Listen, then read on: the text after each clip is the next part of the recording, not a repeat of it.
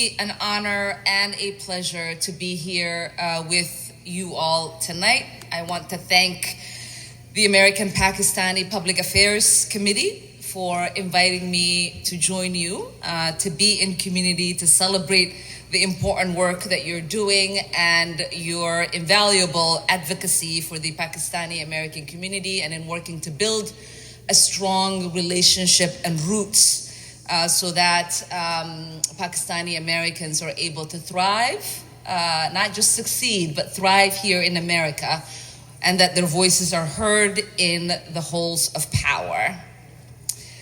I want to take a moment to thank Dr. Ijaz Ahmed. Dr. Ijaz was probably one of the first few people I met on this journey as I've been running for office and have been in office, who have always been willing to create connections of network to be able to have the resources that are necessary not only to win, but to remain passionate about the work that we do on behalf of our constituents, of the American people, and for everybody that we care about around the world. I also want to take a moment to thank the trustees, the staff, and all the members of the APPAC, and thank them for the enormous work that they're doing. You know, I was listening to State Senator Saud Anwar as he was speaking earlier, and I was thinking about what I wanted to share with you all. You know, oftentimes we as an immigrant community, as a Muslim community, regardless of what parts of the world we come from, first come to this country with the challenge of establishing ourselves. We are thinking about where we're gonna set up roots, right? What city are you gonna go to? What state are you gonna go to? What resources are available to you? We think a lot often about what are we gonna study in school? What is gonna sustain us? Are we coming here with an education already? Are we starting over and coming as young people? We think about what it will take for us to be reunited with our family members, because we obviously don't wanna leave our homeland and establish ourselves in a new world without having that familiar connection around us. And we are often worried about what we will be met. Will we have the opportunity to exercise our faith, to establish communities, whether it is through a masjid or a community center? And then as we get settled, we think about what world awaits our offspring, right? What are our children going to experience? Do we want them going through the same educational systems as we found them, or do we want to create new opportunities for them? To find, right, a sense of pride, esteem, to be grounded in their faith, in their culture. And then we think about what tools are they gonna need to fight all the societal challenges. Can we create them to be strong both in their faith, in their heritage and culture, and can we also make them strong in society to make sure that they're able to navigate everything that awaits them? And I was thinking about my journey. You know, I was born in Somalia. And when I was 8 years old, my country of Somalia had a civil war. And so I went from having a peaceful, loving childhood, going to school, being happy and having all the resources that I needed and all the love and comfort and safety, to one morning waking up with children as young as me carrying rifles through the streets of Mogadishu, and in our neighborhoods being locked down, hearing the bombardments of bombs as we try to figure out how do we survive. And as we grasp the gravity of what was unfolding, that the world we knew was no longer going to exist for us, the task of my father and grandfather was to figure out how do their children get out of that danger zone. And as some of you who might have survived war might be familiar with, or some of you who might have fled conflicts, you think about what is your path forward, right? You think about what road are you going to take? And oftentimes that road is not safe for every single person in your family to go together. And that was the case for myself, my siblings, my aunts and uncles, my grandfather and father.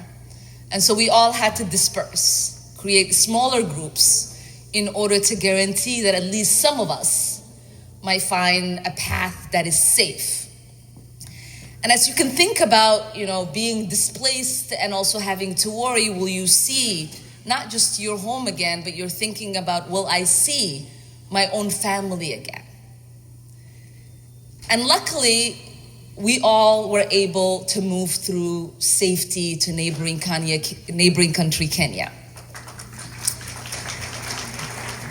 And alhamdulillah, we found the generosity of humans around the world, because it was UN agencies that provided support for us in creating a refugee camp and making sure that we had some stability for the next 4 years.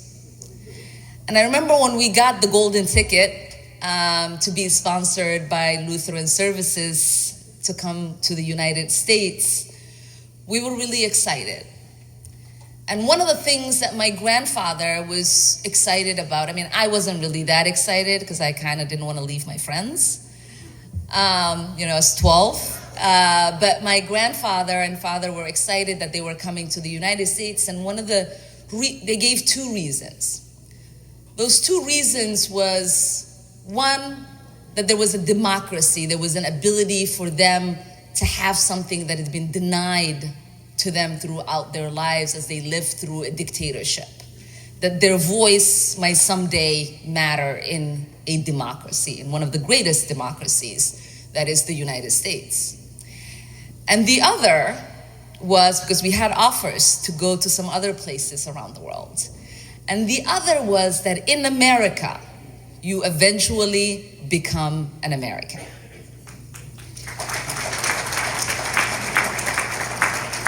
Think about that, right? These are refugees living in a refugee camp in Kenya, and their aspiration could only be lived through one country, and that was the United States, that someday they could be there long enough to just be an American. And so I want all of us in this room to think about that. Because without that, none of us would have the access and the opportunities that we have had. None of us would have the opportunities to build wealth, to build power, to build networks, to build associations. State Senator Anwar will not be State Senator Anwar if this country did not eventually absorb its immigrants as Americans to rise to political power.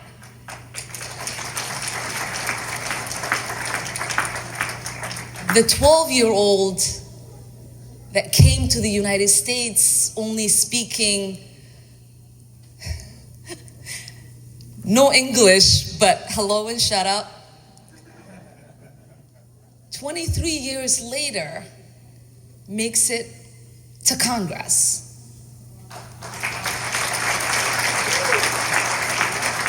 That is the American dream realized.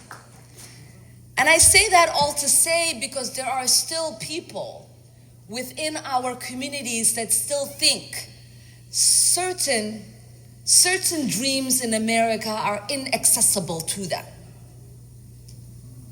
And it is not that only there are systems that make it hard and create barriers, but it is more so the internal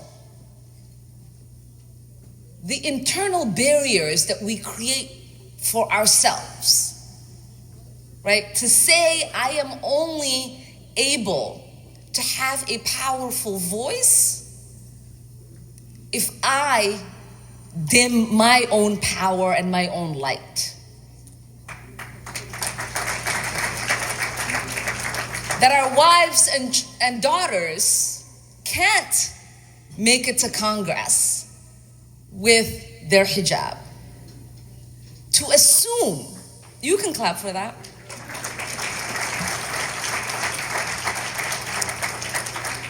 I know that some of you have heard me tell this story, and this is why I bring up the hijab, because in 2018, when I ran for Congress, many of my friends the night before my primary election were anxious about our results. Many of them obviously wanted us to win. We had invested every energy and resource we had into running an unlikely campaign of 10 weeks to the primaries, unknown candidate, the youngest candidate, the least experienced candidate in a pool of giants and icons of Minnesota politics. But I actually was nervous to win.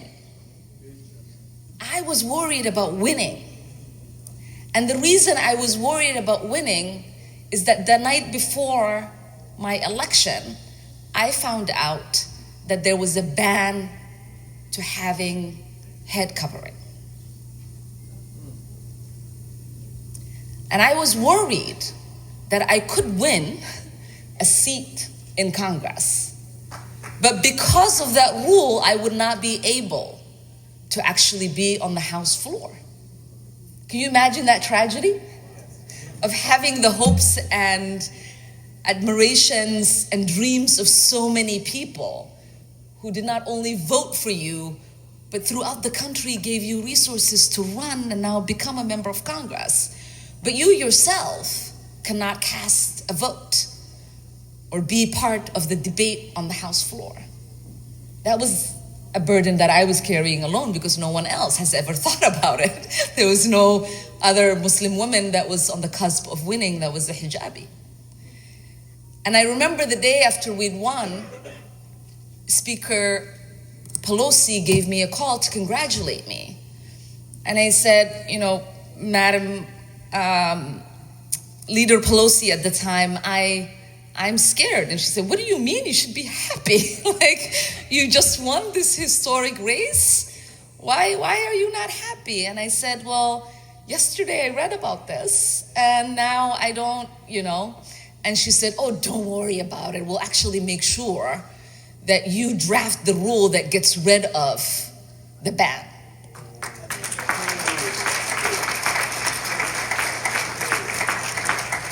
But I wasn't so sure because they were in the minority. There was no guarantee that she was going to become the speaker. The Democrats were going to take the majority. And I thought, Tommy, I don't think, and you guys thought that too, right? That we were going to win the majority in 18. And so I was I'm not sure. And she said, don't worry about it. Just celebrate. And we will see. It was the very good inshallah.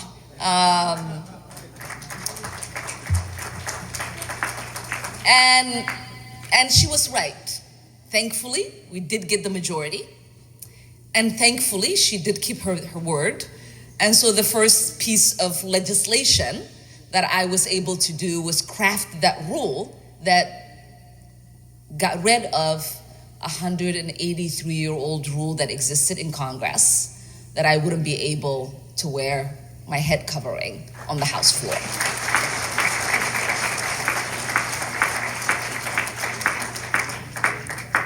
So I share that story also because there are current barriers that we might be worried about. There might be some obstacles, for young people in this room and people not so young. I'm in that category too.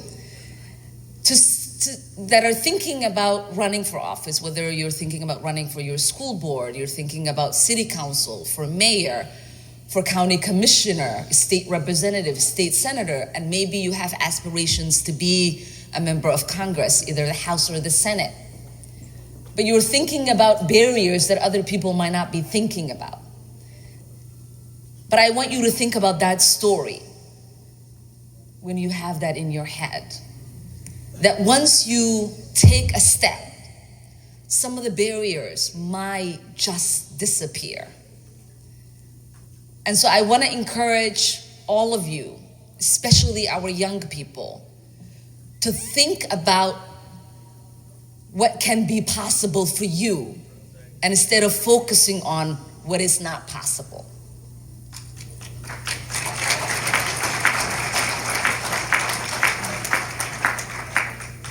Because the impossible is impossible until it is done, right?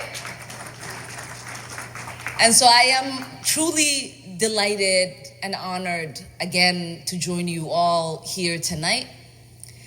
And I want to leave you all by saying, you know, we as Muslims, as immigrants, as first generation, we have to remember the history of this nation. The history of this nation is one that is filled with arrivals of immigrants who have made their way in American society.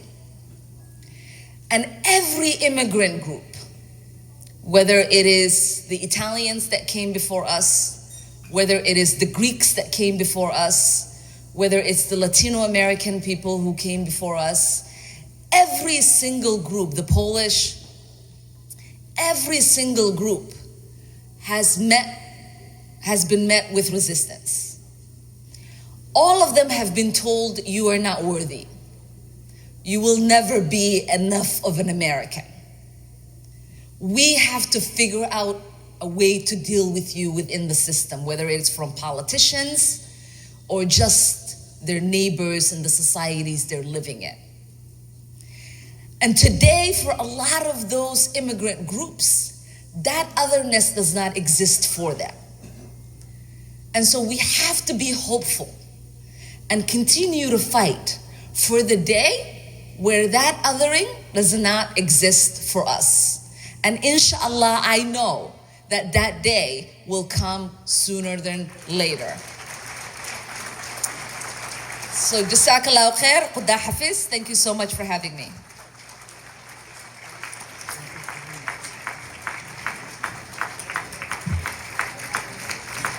Ladies and gentlemen, thank you very much